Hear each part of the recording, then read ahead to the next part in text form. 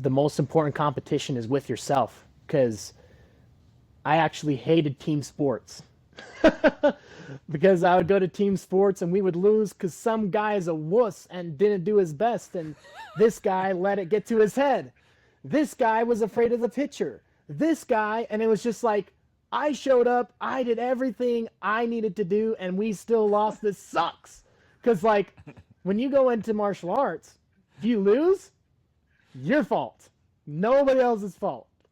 And so I actually, when I did go to team sports, I was very competitive in that also, particularly baseball, did very well. And I think that being competitive with yourself is something that I definitely pulled out of Taekwondo. And even the last 2 years, why I left, I would never have left. But the last 2 years, I switched dojos to someone who focused on training Olympians. That's all he did. He was like, I just want to train Olympians. And I had the experience and the know-how and was very fit. I went in there and it just destroyed the sacredness of the sport for me. Yeah, I bet. Okay, I want to jump into some more industry-specific relevant questions. But before we do that, we ask every single guest one question. This is the easiest question to answer, and there's absolutely a right answer and a wrong answer. So, you know, in like first grade when the teacher's like, there's no such thing as a dumb question or a dumb answer, there really are in life, and we're here to teach that principle by asking this one question. What is your favorite cereal?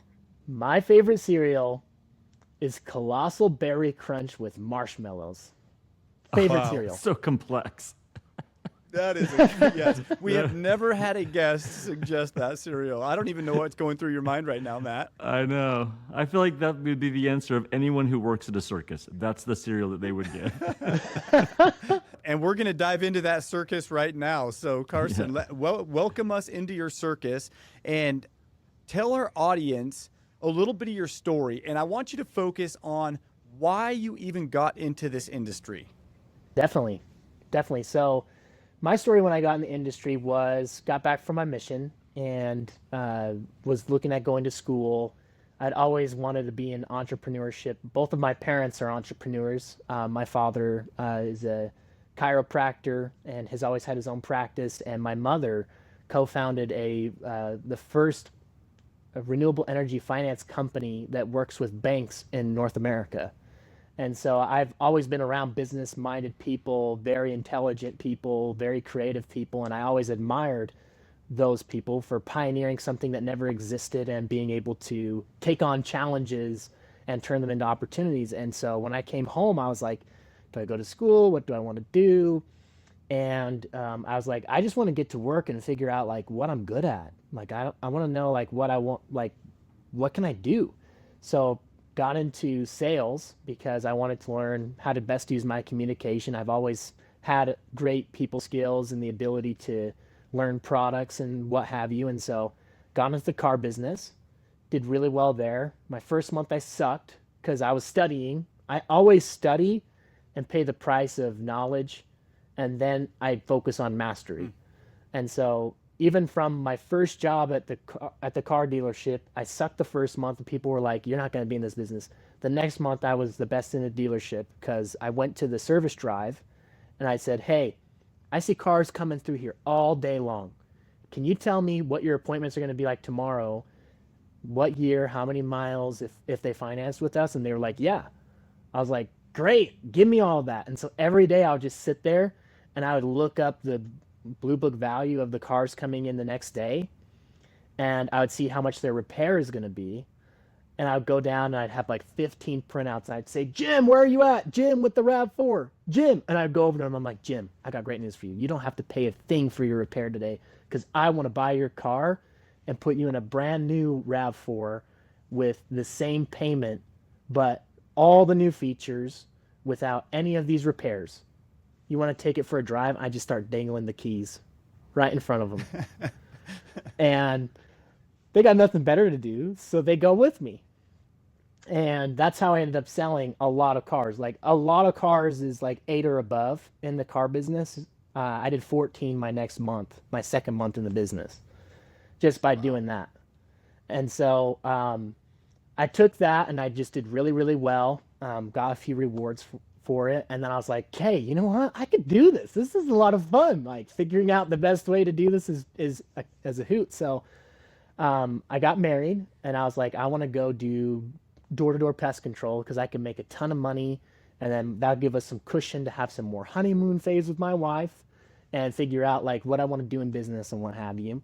So went to Oregon and crushed it out there. Got back, had more money than a 22-year-old probably should have, and spent the time just studying.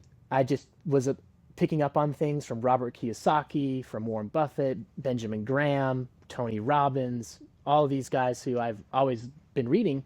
I was just like, I want to get in a business where I can get renewable money, where I can get passive income, where I can find a way to not have to die at my desk or watch my kids grow up as pictures on my desk either.